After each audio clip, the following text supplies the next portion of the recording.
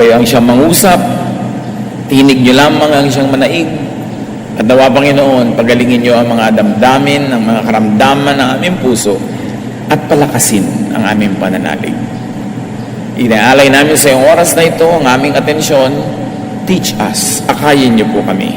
Sa ngalan ng iyong anak na si Jesus, nananalangin kaming umaasa na tatanggapin ang aming hinihiling. Ano po ba ang pinagmumulan ng dismaya sa God's will? Bakit maraming nawawala ng gana, nadidisillusion? Una, maling katuruan. Maling paniniwala na personal na sinasadya ng Diyos ang kaliit-liitang nangyayari sa buhay ng tao. Yung bang sabing, sinadyang gawin sa iyo ng Diyos yan.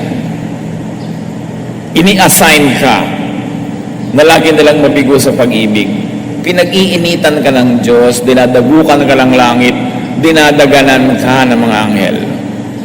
Ito isang pag-aakalang bawat nagaganap sa buhay ay itinakda ng Diyos. Naka-assign po ba ako maging old maid? Talaga bang nakatalaga akong lagi na lang malugi, mabigo? Yung bang pag-aakalang bawat hindi nagaganap sa buhay mo ay ipinagkakait ng Diyos? Bakit ayaw ako ng Diyos magtagumpay? Ba't ayaw niya akong pumasa sa board? Pag inakala natin na lahat ng nangyayari ay ginagawa ng Diyos at hindi nangyayari, ipinagkakait niya, nagiging tuloy God ang dapat sisihin. Yan ang attitude ng maraming tao. Walang katwiran ang paniniwalang ito. Labag ito sa matuwid na karunungan. Dahil hindi bawat sandali ay nagpapasya ang Diyos kung ano ang mangyayari at hindi mangyayari sa mundo. Pagka nadulas ka sa gilid ng isang mataas na building at nandun ka sa labas, hindi na kailangan magpasya ang Diyos na ihulog ka. Mahuhulog ka. Pag lumulong ka ng blade, hindi na kailangan magpasya ang Diyos na mahihiwa ang lalamunan mo. Mahihiwa yun. Pag naglakad ka sa isang napakadilim na kalye, this oras ng gabi kababae mong tao, hindi kailangan magpasya ang Diyos na mapariwara ka. Pwedeng mangyari yun. Kusa at mag-isang umiinog ang mundo. Hindi na kailangan magpasya ang Diyos every minute kung uulan o araw. May batas na ang kalikasan. Hindi na kailangan magpasya ang Diyos sa pagka nakakain ka ng marumi, masisira ang tiyan mo. So lahat ng nasisira ang tiyan ngayon, let's say, 10 million people around the world, isa-isang pinagpasyahan ng Diyos na masisira ang tiyan ng 10 milyong tao na yun. Pinamamahalaan ng sangnilikha ang sarili niyang buhay. Umaandar ang mundo, ang mga planeta, sa mga nakatakda ng mga batas. Hindi na kailangang utusan ng Diyos sa sumikat ang araw at lumubog tuwing gabi o umikot ang mundo o lumabas ang buwan. Minsan lang niyang inutos yun, umaandar na yun ang automatic. Ayaw mong ma-sunburn, maglakad ka sa gabi. Huwag sa araw. Ayaw mong mabasa, huwag kang pumunta sa ulanan nang wala kang payong. Ayaw mong umulan sa kasalan mo, huwag kang magplano ng tagulan. Tapos dasal ka ng dasal sa Diyos na huwag umulan. Matagal na niyang inuto sa paghunyo, maraming ulan. Huwag ka dun magtapat ng kasal o ang gawin mong trahe de bote.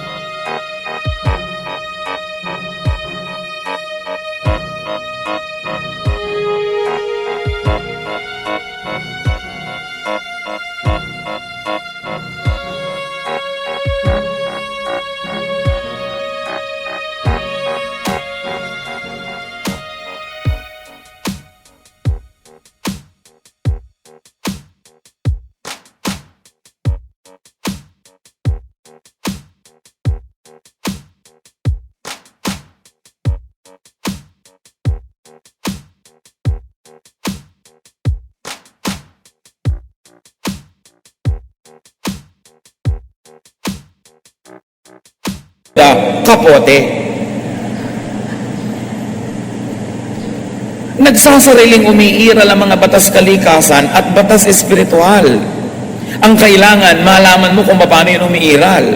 Ang tinikling, ang singkil, para hindi ka maipit ng kawayan, alam mo ang bilang. Sa tinikling, open, open, close. Open, open, close. Pag mali ang hakbang mo, maiipit ka. Kaya sinasayaw natin yan bilang redemptive daan. Sa itinuturo, sumunod ka sa nakatakdang batas na hindi ka maipit. Ganon din ang buhay. Mali ang timing ng pasok mo, mamamaga talaga ang mga bukong-bukong mo kaiipit. Pero yung tama ang pasok, hindi siya maiipit. Minsan lang sa panahon ng paglikha ng ipinwesto at pairalin panghabang panahon ang mga batas na ito ng buhay. Hindi na yan iniiba-iba pa. Kasama dyan ang paraan kung paano ang isang sinuko ba iinog, mapapanatili, magtutuwid, magkukumpuni at magpapagaling sa sarili. So matagal lang inutos na pagka inubos mo ang mga ahas, dadami ang palaka. So may balance dapat ang nature. Iniutos na sa kalikasan na pag inubos ang puno, walang ugat na hahawak sa mga lupa, guguho ito pag umulan. So, nakatira ka sa gilid ng bundok na kalbo, huwag kang magdasal na huwag kang matabunan ng landslide. Either mag-reforest ka o huwag ka dun tumira.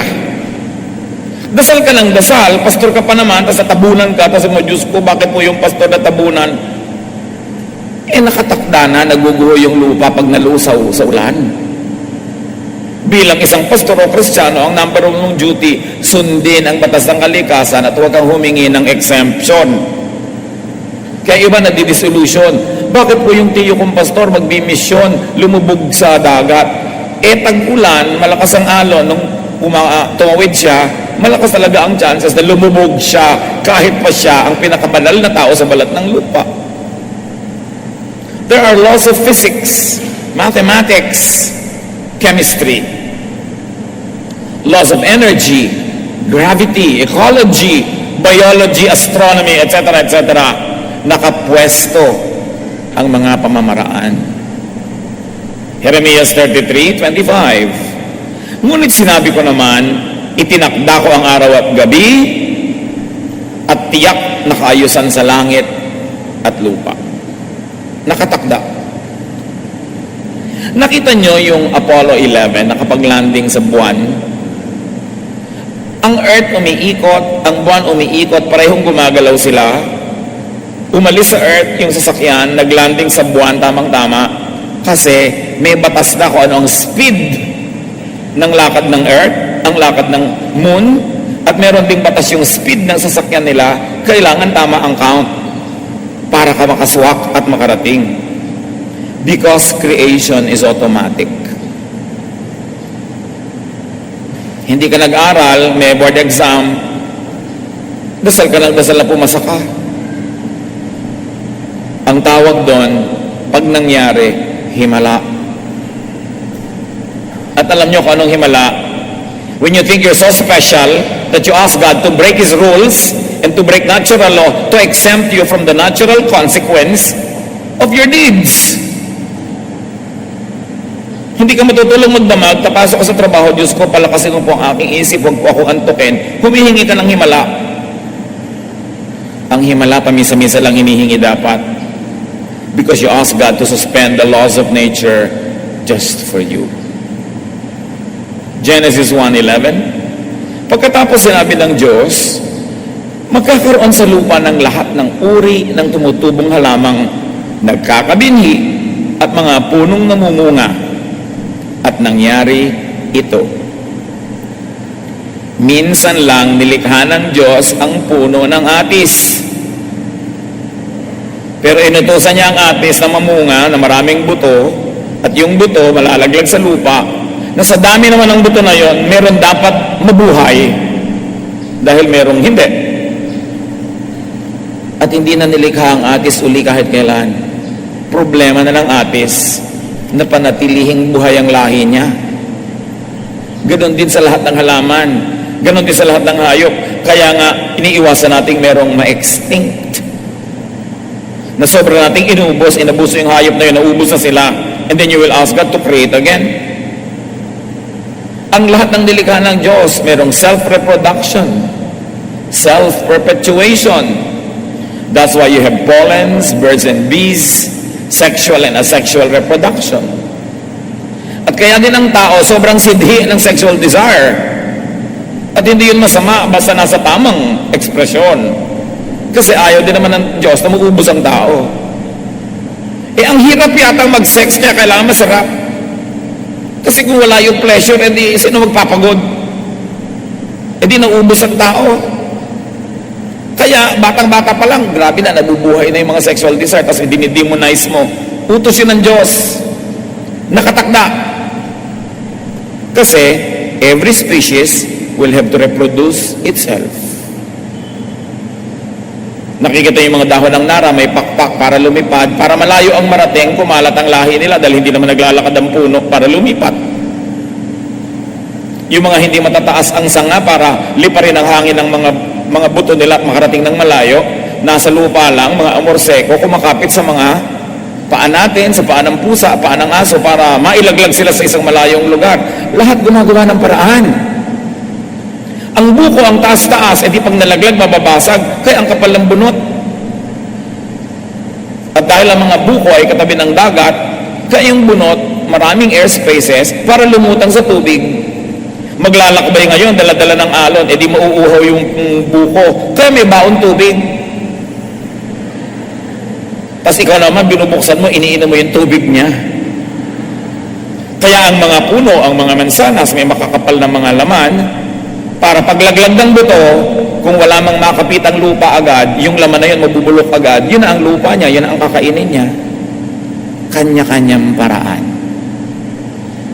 Yung mga buto na hindi makarating sa malayo, tinutukan ng ibon, kakainin ng ibon yung laman, hindi naman niya kayang tunawin yung buong shell ng balat na yon. Pag ipot niya, malalaglag na yung buto sa malayo at may kasama pang fertilizer agad. Para-paraan yan. Ngayon, kung hindi ka gagawa ng paraan, ang hina-hina ng loob mo, lalampa-lampa ka, malilipol ka, sorry. Huwag kang magdasal. Nabuhayin ka ng Diyos. Dapat buhayin mo sarili mo. Inilagay na ng Diyos yung kakayahan para ka mabuhay. Tingnan nyo yung mga walang hanap buhay, paano nabubuhay? Nagiging linta. Sinisip-sip ang dugo ng ate, dugo ng kuya, dugo ng asawang may trabaho. Pero hindi naman yata magandang maging linta kung tao ka. Kanya-kanya. Mangangaral, isapito. Lahat ng tubig ay umuwi sa dagat, ngunit hindi ito napupuno. Ang tubig ay bumabalik sa batis na pinagmulan upang muling umagos patungong karagatan.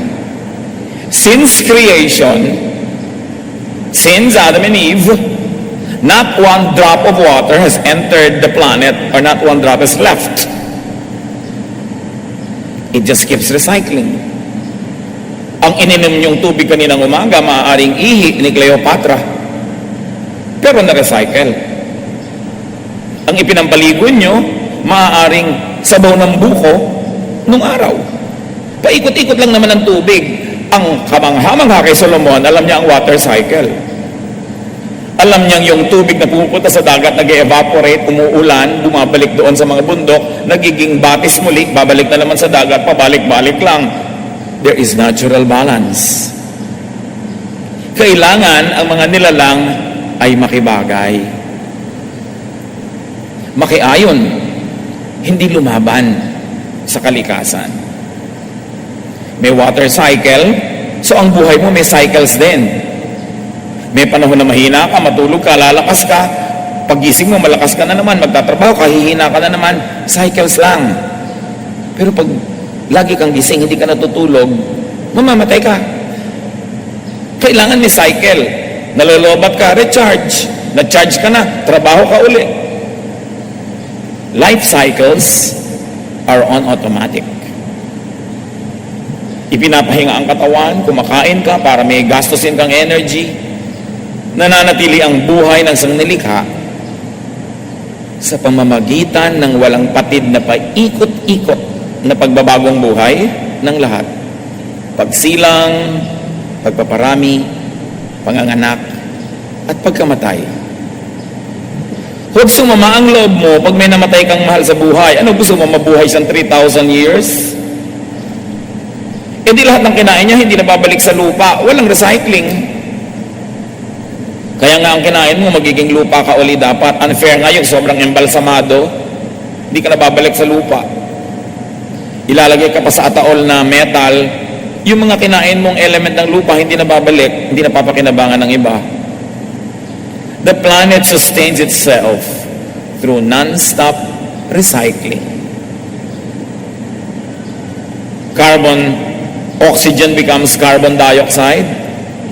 Hihinga ako palabas, naging carbon dioxide yon. Hihingahin naman ng halaman yon papasok. Dahil kailangan niya ng carbon dioxide. I-exhale niya, magiging oxygen. Kailangan ko yung oxygen, i-inhale ko, i-exhale ko uli, carbon dioxide na naman. So ikaw lang at isang pasong halaman, kaya nyo nang mabuhay together. Basta palitan kayo ng hininga. Kaya pag inuubos mo ang halaman, nawawalan tayo ng oxygen. Ang hirap gumaling sa mga ubo-ubo, sakit-sakit pag nasa city na walang halaman. Kasi wala ka nang mahingang oxygen, puro carbon, hindi nga dioxide, carbon monoxide. Yun ang lumalabas sa mga tambucho ng mga sasakyan, nalalason ka pa. Kaya kayo nandito sa bulwagan ng Panginoon, sa Folk Arts, bago ikaw umalis, pumunta kayo sa mga ilalim ng puno, huminga kayo ng huminga, dahil maraming oxygen. Kailangan mo ng oxygen therapy. So may water cycle, may composition and decomposition. Death is a necessary part of the design. Huwag isama ng loob. Kung hindi naman mamamatay at mga agnas ang nilalang, walang mangyayaring recycling. Alam niyo ba kung lahat ng ninuno nating nauna ay na hindi namatay? Ang sikip-sikip na ng planeta at wala nang laman ng lupa, wala nang nutrient, nasa loob na ng katawan nila lahat, wala na tayong makakain. Juan 12:24. Pakatandaan ninyo, hanggat hindi nahuhulog sa lupa ang butil ng trigo at mamamatay, mananatili itong nag-iisa. Ngunit kung ito'y mamatay, mamumunga ito ng sagana. Kahit si Jesus namatay para dumami tayo mga Kristiyano, siya nga hindi nagpa-accept doon. Ganun talaga. Sabi lang nga nila, una-una lang. Kung nagmamadali kayo, mauna na kayo, ako, ayoko pa. Pero panapanahon. May life expectancy naman May norm. Hindi naman nakakagulat na bigla-bigla ka na lang namamatay. Awit 10, 10. Buhay namin umaabot ng 70 taong singkad. Minsan na may 80 kung kami malakas. Sa niya, ang tunay na buhay, mga 70 taon yan. So kung 70 ka na, pwede na. Buo na ang buhay. Ano pang gusto mong gawin after 70? Pero pero kung malakas ka, umaabot ka pa ng 80. Meron pa nga 94. Hindi makalabas ng bahay dahil ayaw payagan ng parents. Dahil talagang mahahaba ang buhay nila. Pero meron naman 10 pa lang, meron 2. Kasi hindi malakas. Siguro nagkasakit, na-infect, o nung nagbubuntis yung ina, hindi nakakain ng mga tama, na-stress, nalaglag ang bata. Pero dapat ang normally, ang kalooban ng Panginoon, 70 taon. May bonus na 10 kung malakas ka. Pero again, all the laws of nature, all the laws of cycling and recycling will apply in your life. Kaya sometimes 15 pa lang namamatay. Paano? Humina pala ng humina yung genetic pool nila dahil sa health and dietary habits ng mga ninuno. Paano? Napaka-dangerous pala ng trabaho niya, kaya 21 pa lang namatay dahil nasagasaan ng tren. So, iba-iba. Pero meron kang dapat asahan at may kaayusan na kung makikisali ka doon, pati ang mga mahal mo sa buhay at mga sangkot sa buhay mo ay makikisali doon, hahaba ang buhay mo. Ito naman ay kung susunod ka sa alituntunin ng buhay. Para ka mabuhay normally, sundin ang batas. Gabi na, kaya mo naman, wala kang trabaho o tungkulin, matulog. Sinabi ng kaha ng sigarilyo, cigarette smoking is dangerous to your health, don't smoke. Yun ang nagtitinda ang nagsabing delikado yung tinda niya, tigas-tigas pa rin yung ulo mo. Sinabi na huwag kumain ng mga pagkain na may food color, additives, carcinogens, sige ka pa rin. Diabetic ka na nga, hindi mo pa mapigil ang kakakain mo na matamis. Mamaalam ka na sa buhay, kasi actually, yun ang ginagawa mo. So alamin ang patakaran ng buhay. Rules of physics, of gravity, of chemistry. Physical laws pa lang yan, meron pang spiritual laws. At hindi natin topic ngayon yung spiritual laws. Pero ang mahalaga lang mga kapatid, don't get in the way of nature. Nature says, pag hindi ka nag-aral, wala kang isasagot sa exam, huwag ka magtampo sa Diyos kung bumagsak ka. Nature says, na kahit nag-aral ka, hindi naman lahat ng itinanong mo, yun ang isasagot. Hindi lahat ng inaral mo, yun ang itatanong. So, tsambahan. Huwag ka rin magtampo. Huwag kang bumalandra sa kidlat, sa buhawi, o sa rumaragas ang agos. Talo ka. Matuto kang kumanlong pag malakas ang kalaban. Huwag kang magpakalat-kalat sa deadly bacterial or viral infection. Huwag kang makipaglaro sa mga intestinal worms and diseases. Kain ka ng street food na hindi ka tiyak kung ligtas, kaka-hepatitis ka, kain ka ng isaw, nakakain mo yung mga hilaw na mga itlog na mga bulate. So, pag nagkabulate ka, huwag kang magdamdam. Huwag kang bumalanda sa gutom na buhaya o leon o pating. Ano mangyayari sa'yo pag hindi mo iginalag yung mga yan? Magiging host ka sa kanilang life cycles. Hihititin nilang yung lakas. You would be reduced to being a snack of some crocodile kasi gusto at kailangan din nilang mabuhay. Walang personalan. Gutom ang buhaya, pakalat-kalat ka, naging merienda ka. Walang personalan. Walang magagalit sa Creator. Nakatakda lahat yun. Ang sawa, alam nyo ba na ang ngipin ng sawa, ang direksyon ng ngipin ng sawa, papasok. Papasok sa lalamunan niya, hindi palabas. Kasi habang nilululon ka niya, at pumilit mong lumabas, doon ka lang matutusok. So para huwag kang masaktan lumabas, susuot ka nalang susuot sa loob, hanggang madigest ka na niya. Pati ang ngipin niya, nakapwesto para siya manalo. So huwag kang kumalat doon. Nag-aalaga ka ng sawa sa bahay, katulad nga papanood mo kumisan sa TV. Tapos magtataka ka kamisan yung anak mo na wala. Tapos pagdating mo yung sawa nagtututpick. Tapos magagalit ka sa Diyos, wala ka sa lugar. Ano mang nagaganap ayon sa batas ng kalikasan, ay maituturing din kalooban ng Diyos. Kahit hindi nakabuti sa iyo. Kasi nakabuti naman sa leon. Nagka-dengue ka, nakabuti sa lamok. Dahil yun ang gusto niya, ilagay sa iyo yung dengue niya. Alam nyo ba na yung mga bulutong, kung kailan gumagaling yan at saka yan nakakahawa, para malinlang tayo na lumapit sa may bulutong, tapos lilipat sa iyo. Kasi gumagaling na siya, buhay pa yung mga bulutong na yan, sa siya lilipat, tapos na yung cycle niya doon sa tao na yon, hahanap siya na ibang lilipatan. Ikaw, pakalat-kalat ka kasi. So, God's will po ba? Ang nakain ng buhaya, yung godly missionary? I can say yes. Law of nature. He got in the way of the crocodile. He was on a river, talo siya doon. Siguro ko sa basketball court, may laban siya. Pero nasa tubig. And then there was nobody who was stronger than the crocodile to rescue him at that moment. Time and chance, nakain siya. God's will po ba na nakain ng buhaya kahit godly siya? Specifically, intentionally, personally, na sinabi ng Diyos, itong godly missionary na ito, itatakda kong maging almusal siya ng buhaya dun sa Palawan, sa ganong araw. Papupuntahin ko siya dun. I don't think so. But time and chance happens to all. Pinlano ba ng Diyos na ilagay ka dun para makain ka? No. Pero nagkalakit-lakit ang lahat ng law of nature, will mo, events around you, nalagay ka sa lugar na yon, nag-cruise ang landas yun ng buhayang ito, natalo ka, So, masasabing God's will because it is permitted by all the laws created by God long ago, even before you were born. When someone drowns, God's will po ba? Katulad nun, may isang batang-bata nalunod sa swimming pool during PE class. Can you imagine that?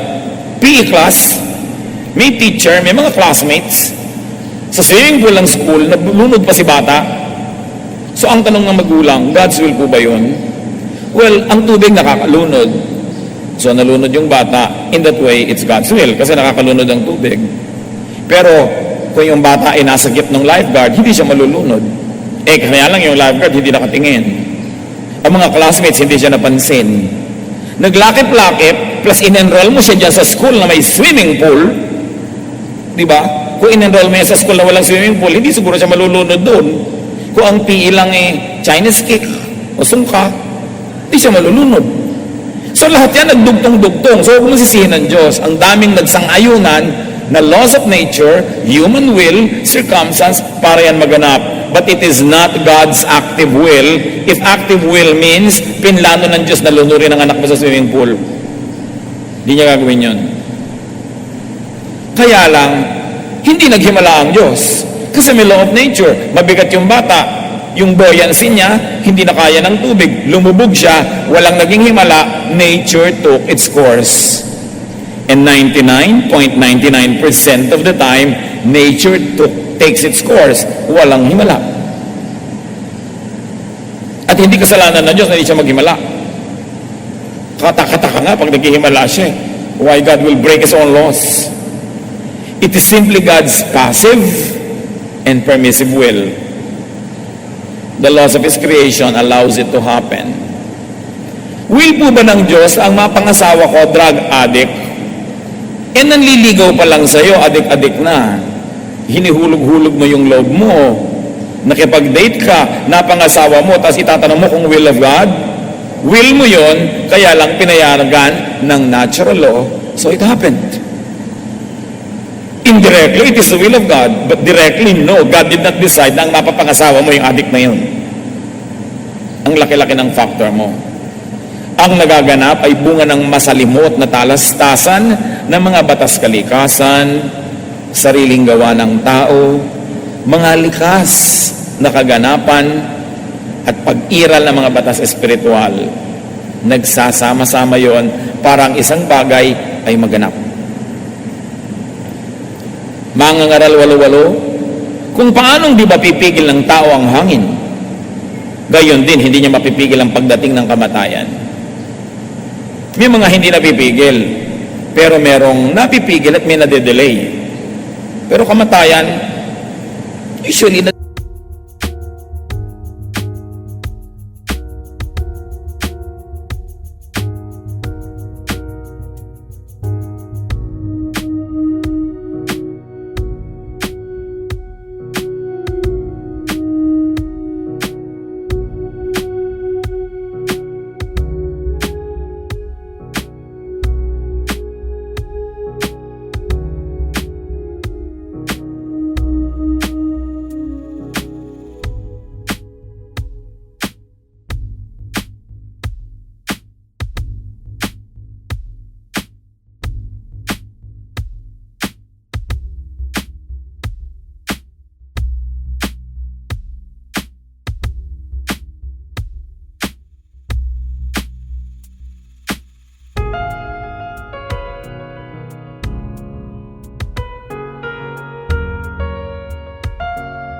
delay mo yan.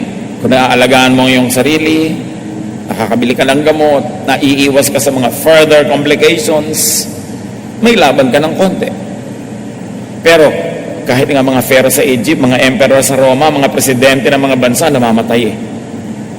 Hindi talaga siya naiiwasan, so tanggapin. Huwag magtampo.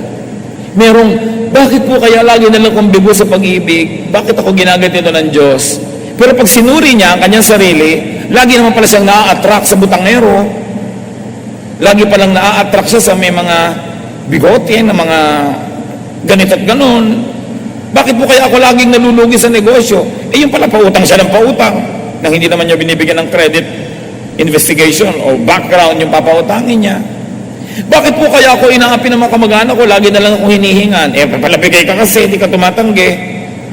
Meron ka dyang role. God's will allows drowning to happen, but God will not cause you to drown. Factoring free will, cause and effect, gravity and other laws of physics, it is possible for you to drown, but it is also possible for you not to drown. God's will also allows drowning to be prevented. Like, nahulog ka sa tubig, marunong ka naman palang lumangoy, o di na-prevent. Humans make decisions, but the law of ignorance and mistakes, also part of creation, could take effect and lead to disaster. In fact, your disaster could be the bacteria's opportunity. Your death could be the lion's meal. Depende lang kung sinong tumitingin. Mangangaral, 6-12. Sino ang nakaalam kung ano ang mabuti sa taong nabubuhay sa maikling panahon at pagkatapos ay mawawalang tulad ng anino? Oo nga naman. Maraming unknown. Kaya ang tao dapat hanggat maaari, damihan niya yung alam para maiwasan niya ang mas maraming pagkakamali. Tapos meron pang law of chance. Ibang tsamba-tsamba. Mga Kristiyano, takot na takot sa word. Tsamba, swerte, luck, ayaw pa ng potluck, gusto pot bless. Mangangaral, 11 hanggang 12. Ito pa ang isang bagay na napansin ko sa mundong ito. Ang mabilis ay di siyang laging nananalo sa takbuhan. Ni ang malakas ay laging nagwawagi sa digmaan. Ang matatalino ay di laging nakakasumpong ng kanyang mga kailangan. At di lahat ng marunong ay yumayaman. Napapansin ko rin na di lahat ng may kakayanan ay nagtatagumpay. Lahat ay dinarat na ng malas. Hindi alam ng tao kung kailan ang kanyang takdang oras. Siya'y tulad ng isang nasusukloban ng lambat. Siya'y tulad ng isang isdang nasusukloban ng lambat at ibong nahuhuli sa bitag. Ang tao ay parang nahuhulog sa patibong sa biglang pagdating ng masamang pagkakataon. So hindi lahat may reason, hindi lahat logical. Sabi niya, sa inabahaba ng buhay ko at sa tinatalino kong ito, sabi ni Solomon, napansin ko na yan. Hindi lahat ng mabilis tumakbo mananalo sa karera. Hindi lahat ng marunong magkakapera. Hindi lahat ng first honor ng buong elementary niya magtatagumpay sa karir. Sabi niya, alam niyo, tsamba-tsamba rin eh. Malas-malas, swerte-swerte. Huwag na kayo makipagtalo sa malas at swerte. Nasa Ecclesiastes talaga. Pero konti lang yun. Yung iba, kaya nalulugi sa negosyo kasi hindi niya binabantayan. Mamumuhunan, magtatayo ng negosyo, tapos laging wala, iiwan sa mga katulong. May dahilan kaya nalulugi. Meron naman, ginawa na ang lahat. Hindi pa rin sinuwerte. Yun yan, i-apply nyo na ngayon yung Ecclesiastes. May paglalagyan. Sabi, kanya talaga eh. Kakachamba-chamba, nagkakatyap-tyap. Pero wala namang taong buong buhay niya, malas siya. Meron lang siya mga project na inaalap kasi hindi maganda yung mga elemento. Solomon, the wisest man that lived, observed that time and chance happens to all. Each of us, sabi niya, gets his share of some bad luck. Pag-aralang matanggap ito, huwag na magreklamo. Nakatakda ang batas ng buhay. Kahit makipagtunggali ka sa kidlat, di ka mananalo. Lalo naman kung nakikipagtalo ka pa sa Diyos, makisakay ka na lang, makiayon, at makinabang kung alam mong laruin ang mga batas ng buhay. Alam mo magbilang, magtinikling ka, di ka maiipit. Mangangaral 8:14. Narito pa ang isang bagay sa ibabaw ng lupa na walang kabuluhan o o parang walang logic. Ang kaparusahan para sana sa masama ay sa mabuti nangyayari. At ang dapat namang mangyari sa mabuti ay sa masama nangyayari. Sa palagay ko, ito man ay walang kabuluhan. Sabi niya, walang sense, walang logic. But it is only a humble observation of a human being who lives only 70 or 80 years, who doesn't have the wisdom of the ages that God has. So sa hindi mo maunawa, hindi mo mabigyan ng katwiran o logic, magtiwala ka na lang sa Diyos na kahit di mo nauunawa, kahit di ka sangayon, tama siya. Pwede kang hindi sumangayon, pwede makipagtalo, kaya lang mananalo ka ba? So wag na lang. Madalas, kuminsan sa tingin natin, parang mali ang mga nagaganap. Pero anong mapapala mo magreklamo? Magiging bitter ka lang. Makakainisan ka lang ng mga tao na sawang-sawa na sa karereklamo mo. Lalayuan ka lang lalo ng tinatawag na swerte. Yung kaya mong baguhin, baguhin mo. Yung hindi mo kayang baguhin, pakibagayan mo. Ganun lang yun. Hindi lahat ng nangyayari ay dahil lang gusto yun ng Diyos para sa atin. Meron din tayong pansariling kalooban at pasya na madalas labag sa gusto ng Diyos. Kawikaan 16:1. Ang mga balak ng isipan ay sa tao nagmumula. Ngunit mula kay Yahweh ang sagot ng dila. Kawikaan 16:9. Ang tao ang nagbabalak, ngunit si Yahweh ang nagpapatupad. Pero tatandaan nyo, dahil binigyan tayo ng Diyos ng free will, pansariling kalooban, meron ding effect sa nangyayari sa atin yung desisyon natin kahit at the end of the day, desisyon ng Diyos ang mananaig. Kung gusto ng Diyos na makarating ka halimbawa sa Laguna after 1 hour of travel, pero doon ka nagpunta sa Tarlac, dahil ang kalooban ng Diyos ay sa Laguna ka pupunta, malilipat at malilipat ka ng landas, magiging patungo kang Laguna. Pero kaya lang, baka 5 oras ang abutin, dahil babalik ka pa, mag-U-turn, natagalan. May effect din sa iyo yun. Kaya ang mahalaga, sa simula pa lang sumusunod ka sa kalooban ng Diyos, para walang sayang na pagbalik doon sa tama, dahil pumunta ka muna sa mali. Sayang oras. Parang lumiko ka sa isang maling kalsada, ang tagal-tagal na, tsaka mo na-realize mali ka, babalik ka, makakarating ka rin naman sa pupuntahan mo, kaya lang na-delay ka na. O naubusan ka na ng gasolina, hanggang doon ka na lang. Hindi ito ibig sabihin personal ang pagpapasya ng Diyos sa bawat nangyayari sa buhay natin. Ang tinatawag nating pagpayag ay ayon sa nakatakdang batas na kanina pa natin pinag-uusapan. Hindi kailangang magpasya ang Diyos, halimbawa, na malaglag ka dyan sa sahig, kung ang inupuan mong silya ay marupok at mas mabigat ka kaysa sa kaya niya. Hindi na kailangan sabihin ng Diyos, papahulugin ko siya, natural na mahuhulog ka. So tinitingnan mo, ito bang inuupan ko, kaya ang bigat ko? Rules automatically apply. When set rules are broken or suspended by God to effect an exemption, to accommodate a selfish prayer, to yield to someone's vanity, you have a miracle.